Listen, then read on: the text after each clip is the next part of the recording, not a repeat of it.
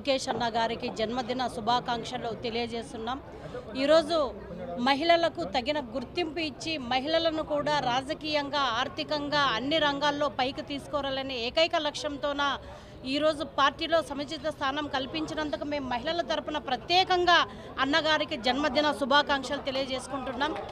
పార్టీలోన ఉన్న ప్రతి కార్యకర్త సంక్షేమమే తన ధ్యేయంగా, తన సంక్షేమంగా ఈరోజు దేశ చరిత్రలోనే ఎప్పుడూ లేని విధంగా తెలుగుదేశం పార్టీ సభ్యత్వం తీసుకుంటే వాళ్లకు వస్తుంది 5 లక్షల అమౌంట్. ఏదైనా ప్రమాదవశాత్తు చనిపోయిన వాళ్ళకి ప్రమాద బీమా పథకం కింద 5 లక్షలు పెట్టిన ఏకైక నాయకుడు ప్రపంచంలోనే మా నారా లోకేష్ అన్న.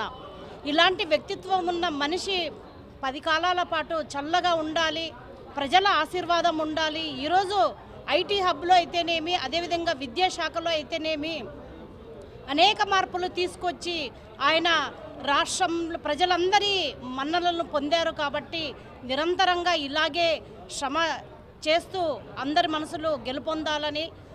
నిజంగా నారా లోకేష్ అన్నని కొన్ని సంవత్సరాల క్రితం చాలామంది అవహేళన చేశారు. వాటన్నిటినీ కూడా మెట్లుగా మలుచుకొని ఆయన ఈరోజు తనేంటో నిరూపించారు. తండ్రికి తగ్గ తనయుడుగా ఈరోజు ఆయన కూడా మార్కు ఆంధ్రప్రదేశ్లో తీసుకురావడం అనేది ప్రతి ఒక్కరం కూడా మనం చూస్తున్నాం.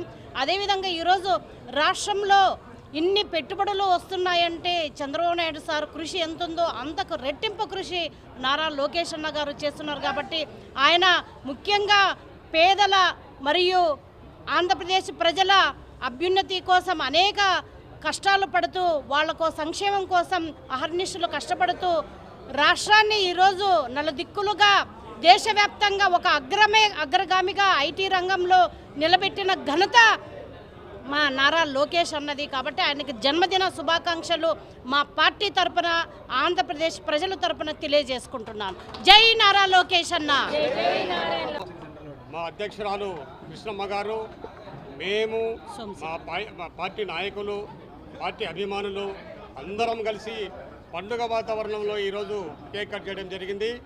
భవిష్యత్తులో ఈ రాష్ట్రానికి దిశ నిర్దేశం చేసేటువంటి నాయకత్వం అతనిది. కాబట్టి 100 ఏళ్ళు ఆయురారోగ్యాలతో ఆయన ఉండి ఈ రాష్ట్రంలో ఉన్నటువంటి అనేక సమస్యల్ని పరిష్కరించి 29 రాష్ట్రాలు ఉన్న ఈ దేశంలో ఆంధ్రప్రదేశ్ని నంబర్